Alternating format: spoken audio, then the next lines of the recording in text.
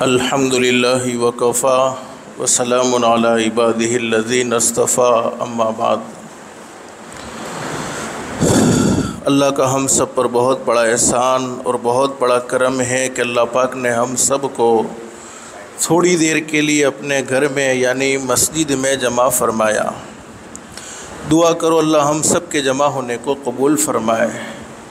حدیث شریف میں حضرت اقدس نبی کریم صلی اللہ علیہ وسلم کا سچا ارشاد علی ہے، مسجد میں آنے والا اللہ کا مہمان ہوتا ہے اور اللہ رب العالمین خود اس کے میزبان ہوتے ہیں۔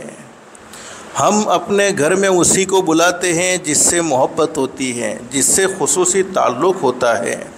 اللہ پاک بھی اپنے گھر میں انہی بندوں کو بلاتے ہیں جن بندوں سے اللہ پاک کو محبت ہوتی ہے۔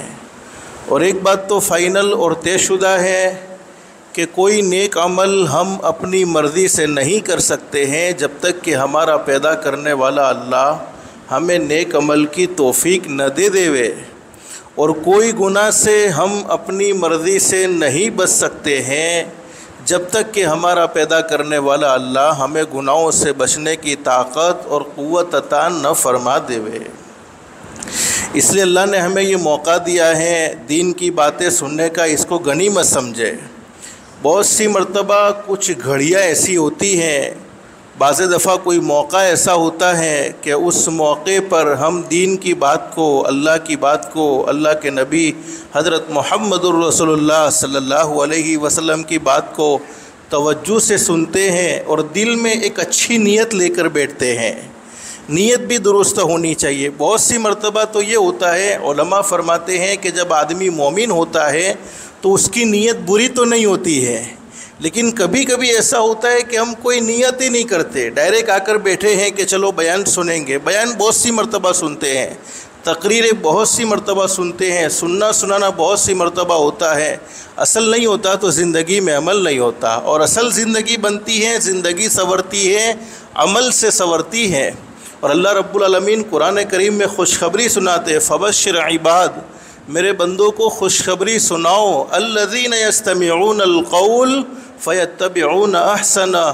اللہ فرماتے میرے وہ بندے جو دین کی باتوں کو، قرآن کی باتوں کو، حدیث کی باتوں کو دھیان اور توجہ سے سنتے ہیں۔ جب ہم ادب سے سنتے ہیں، طلب سے سنتے ہیں، تو اللہ پاک ضرور عمل کی توفیق نصیب فرماتے ہیں۔ فیتبعون احسنا، اور سننے کے بعد اچھا عمل کرتے ہیں۔ کیا مطلب؟ اپنی مرضی کا عمل نہیں، بلکہ ہمارا پیدا کرنے والا اللہ جیسا چاہتے ہیں ویسا ہی عمل کرتے ہیں، تو انعام کیا ملے گا؟ اولئک الذین ھداھم اللہ۔ اللہ فرماتے میرے بندو تم زمین پر عمل کی نیت کرو گے، میں رب العالمین آسمانوں پر تمہارے لیے ہدایت کے فیصلے کر دوں گا، اور ہدایت سے بڑھ کر کوئی دولت ہو نہیں سکتی۔ دنیا کی مختصر سی زندگی میں انسان کو سب کچھ ملے، ہدایت نہ ملے، اعمال صالحہ کی توفیق نہ ملے، اس انسان کی دنیا کی زندگی بیکار ہے۔ اور جس کی دنیا کی زندگی اللہ کو ناراض کر کے بگڑ گئی، اللہ حفاظت فرمائے، اللہ حفاظت فرمائے، اس کی آخرت کی زندگی درست نہیں ہو سکتی ہے۔ اس لیے کہ اللہ پاک نے دنیا کی زندگی آخرت کی زندگی بنانے کے لیے، آخرت کی زندگی سنوارنے کے لیے نصیب فرمائی ہے۔ بس اللہ سے دل سے دعا کر لو اللہ ہم سب کو عمل کی توفیق نصیب فرمائے۔